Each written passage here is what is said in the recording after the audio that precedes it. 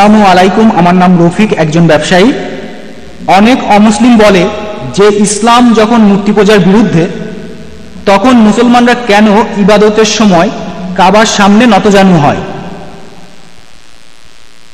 ভাই, আপনি প্রশ্ন করলেন যে মুসলিমই বলে যে ইসলাম যখন মূর্তি পূজার বিরুদ্ধে, তাহলে কেন আমরা কাবার সামনে মাথা নোয়াই, কাবাকে উপাসনা করি, যার অর্থ আমরাই সবচেয়ে বড় মূর্তি পূজারী। মুসলিমরা আমরা মাথা নোয়াই কাবা শরীফের দিকে। কাবা হলো আমাদের কিবলা, আমাদের দিক নির্দেশনা। আমরা কিন্তু কাবাকে উপাসনা করি না, মাথা নোয়াই কাবা শরীফের দিকে। সালার সময় আমরা আল্লাহ সুবহানাহু ওয়া তাআলা ছাড়া অন্য কারো উপাসনা করি না। ইসলাম ধর্মে আমরা একটাই বিশ্বাস করি। ধরুন এখানে মুসলিমরা সালাত আদায় করবে, কেউ হয়তো বলবে উত্তর দিকে মুখ করে দাঁড়ায়, কেউ বলবে দক্ষিণ দিকে মুখ করে দাঁড়ায়, কেউ বলবে পূর্ব দিকে, কেউ বলবে পশ্চিমে। আমরা কোন দিকে ফিরে দাঁড়াবো?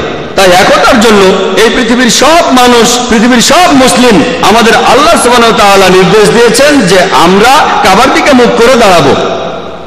যদি আপনি থাকেন পশ্চিমে, আপনি পূর্ব দিকে ফিরে দাঁড়াবেন। যদি থাকেন পূর্ব দিকে, পশ্চিম দিকে ফিরে দাঁড়াবেন। যদি উত্তরে থাকেন, দক্ষিণ দিকে ফিরে দাঁড়াবেন। দক্ষিণে থাকলে উত্তরে ফিরে দাঁড়াবেন। সব মুসলিম একতার জন্য কাবার দিকে মুখ করে দাঁড়ায়। আর মুসলিমরাই ইতিহাসে প্রথম পৃথিবীর ম্যাপ এঁকেছিল। যখন ম্যাপটা আঁকা হয়, সেখানে দক্ষিণ মেরু ছিল উপরে আর উত্তর মেরু ছিল নিচে। আলহামদুলিল্লাহ, কাবা এবং মক্কা শহরটা ছিল কেন্দ্রে। পশ্চিমারা আসলো আর তারা এই ম্যাপটাকে উল্টে দিল। আর এখন আপনারা দেখবেন উত্তর মেরু উপরে, দক্ষিণ মেরু নিচে। তারপরও আলহামদুলিল্লাহ কাবা এখনো কেন্দ্রে রয়েছে। আর আমরা মুসলিমরা হজে যাই, আর তাওয়াফের সময় আমরা কাবার চারপাশে প্রদক্ষিণ করি। আমরা প্রদক্ষিণ করে এটা বোঝাই যে কোনো বৃত্তের, সব বৃত্তেরই একটা কেন্দ্র থাকে। এটার মানে আমরা ইবাদত করি শুধুমাত্র আল্লাহ সুবহানাহু ওয়া তাআলার, আর কারো নয়। এই ব্যাপারে সবচেয়ে ভালো উত্তর দিয়েছিলেন হযরত ওমর রাদিয়াল্লাহু তাআলা আনহু।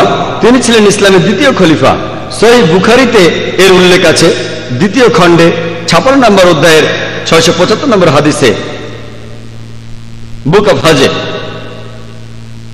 হযরত ওমর রাদিয়াল্লাহু তাআলা আনহু তিনি বলেছেন কালো পথের সম্পর্কে কাবা শরীফের হাজরে আসওয়াদ, তিনি বলেছেন, তুমি কেবলমাত্র একটা পাথর, আমার ক্ষতি করতে পারবে না, উপকারও করতে পারবে না।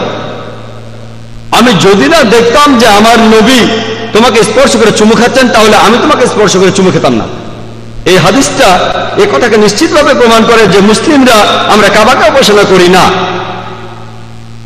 আর আরো একটা উত্তর দিতে পারেন যে আমাদের নবীজির সময়ে নবীজির সাহাবীগণ কাবা শরীফের উপর উঠে তারপর আজান দিতেন। আমি এখানে প্রশ্ন করব যে কোন মূর্তি পূজারী তার পূজা করা মূর্তির উপর দাঁড়িয়ে উপাসনা করে?